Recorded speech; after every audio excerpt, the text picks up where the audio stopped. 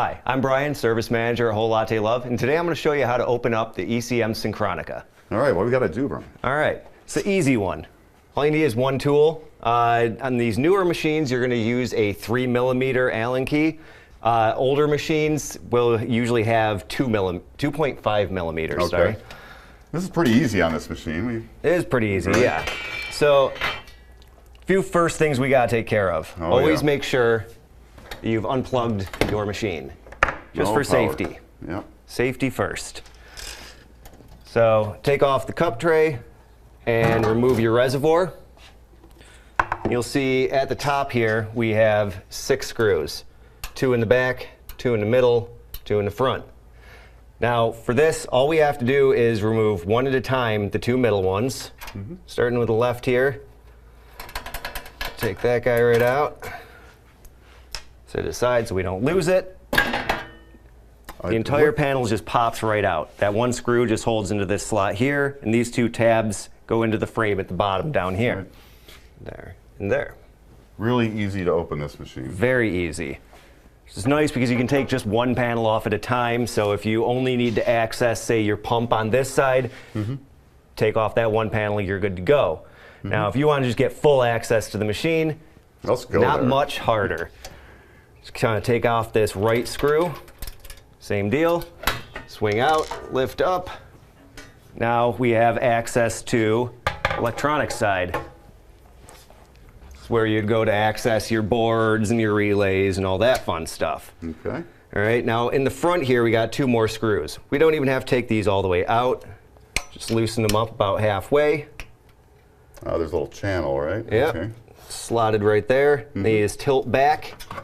Just like before, lift up. Still got just the tabs down at the bottom there to hold it on. Now, all of your panels are off, and you are ready to rock and roll inside this machine. All right, so we got the covers off the machine, and we are ready to start draining the boilers.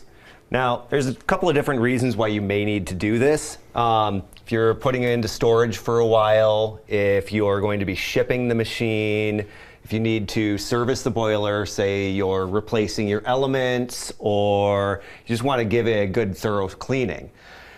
Here's how you're going to do that. We have 2 separate boilers that we're going to drain, obviously. So the coffee boiler is a bit simpler. On newer models, you're going to have this tap right here. There is a 3mm plug on the end right here. Take that off. Always make sure that the valve's closed before you do that, so you don't just dump water on yourself. Yep, exactly. All right, now. I like this. We got a vessel at hand right here, so make it nice and easy on yourself. Using your reservoir. Yep. So just line the corner up there. Open your valve. All right, you can get a little bit out at first, and then open the lever in the group head. Relieve. That's gonna like break the vacuum. Yep. And then this one's already a little empty on us as it is, so we're not gonna get a whole lot out of here. But obviously you can see I got a little bit of runoff here. You're more than welcome to grab some kind of tubing or something just to kind of put over it, or something a little bit flatter of a lip so that you don't have a little dribble over here. But so expect to get a little bit of water on your counter, but you should catch most of it in here. And like I said, this boiler's already pretty much completely empty, but if you just leave it sitting there running for a while, just wait until you don't have any more liquid coming out and you're good to go.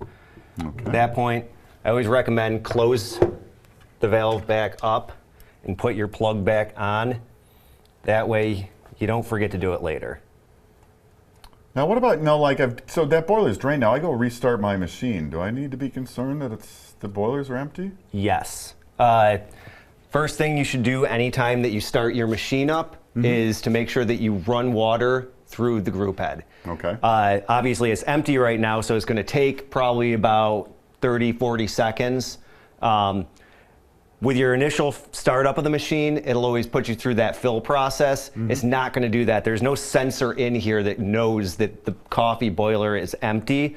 So first, best practice every time you start your machine is just to lift that lever and wait until you have a solid stream of water coming through. That way you know you're full and you're not going to damage your element. You're not heating an empty boiler, which is not exactly. Good. Yep. Oh, okay. It causes a whole nother list of problems that we don't want to tackle right this second. Okay. And if I have an older Syncronika, If you have an older Syncronika, that is an excellent question.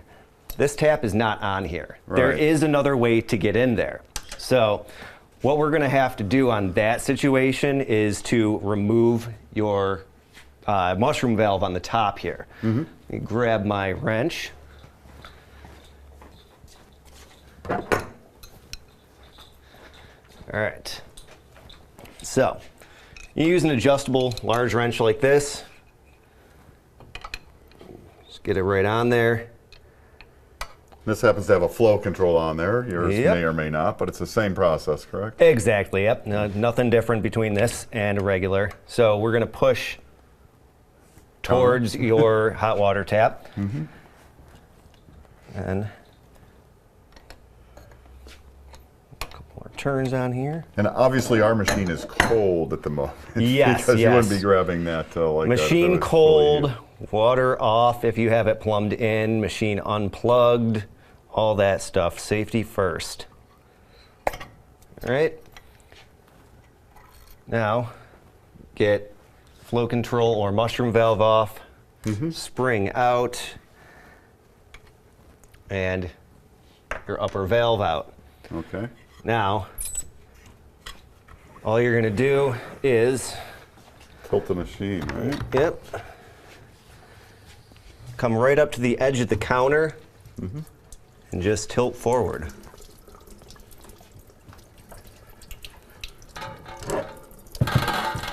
So if you're not the strongest person, you're going to want an assistant. Yes, you on the definitely. other hand, hey, you are incredibly strong. Oh, stop. Well, you pick up enough of these in a day and you too can be jacked as I am. All right, so again, we're gonna make a little bit of a mess on the counter, but. So have some towels around. that Yep. kind of thing. Yep. Okay. So, and that's it. You just let it run until the water's done flowing out the top. And that's how you're gonna get it out if your machine is earlier than the style that actually has this side access. And putting my mushroom back in is pretty straightforward, right? Yep. So Just which take way? the valve. Valve. The long end is towards the top. There's a little hole in the middle, just drop it straight down.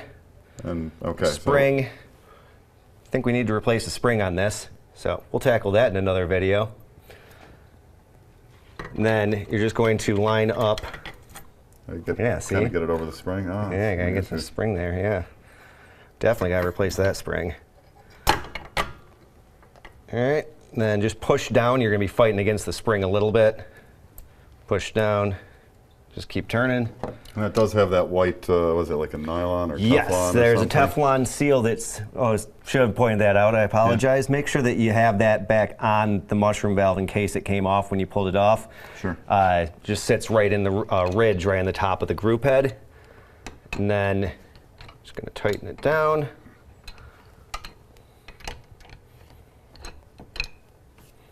And then you don't gotta go super ham on it, just torque it a little bit. But if you turn it on, notice a little leak from around there. Yeah. You know you got to go a little harder. Exactly, yeah. Okay. If you see a little bit of water start peeking out of there as you're filling it up, then just go ahead and grab your wrench and just tighten it down a little bit more as it's filling until you don't have that water coming out anymore. Okay. Best way to tell, so.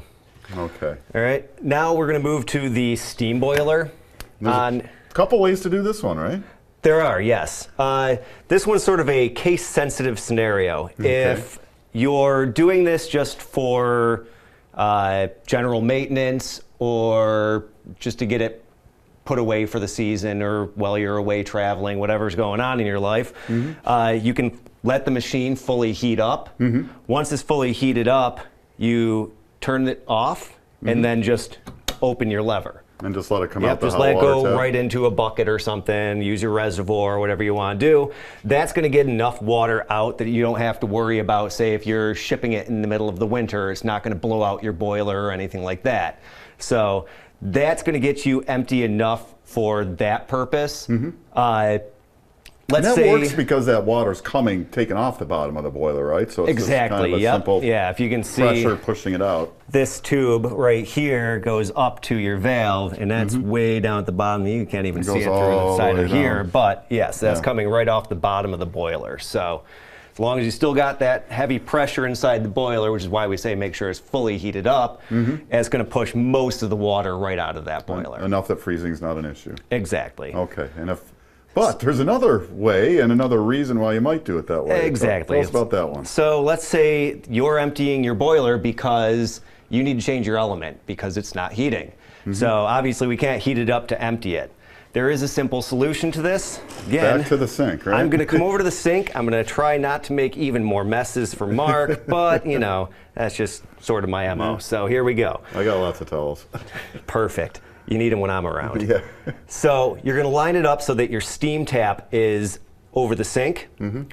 Open the steam tap. Now, if you look down in here, this line right here off the top of the boiler, that goes to your steam tap. That's what's coming over here. So if we turn the machine on its side, again, if you're not as diesel as I am from your daily espresso machine lifting workout, if you can come over towards you, I don't know if you can see that, but we've got the water flowing out. This might take a little while. It may take a little while, yes. You can always take the steam tip off. That way it's got a little bit better of a flow behind it. But this will eventually get your boiler empty. So I'm not going to bore you with watching I paint want you to dry. stay there holding the machine like, no, I'm just kidding. 1, 2.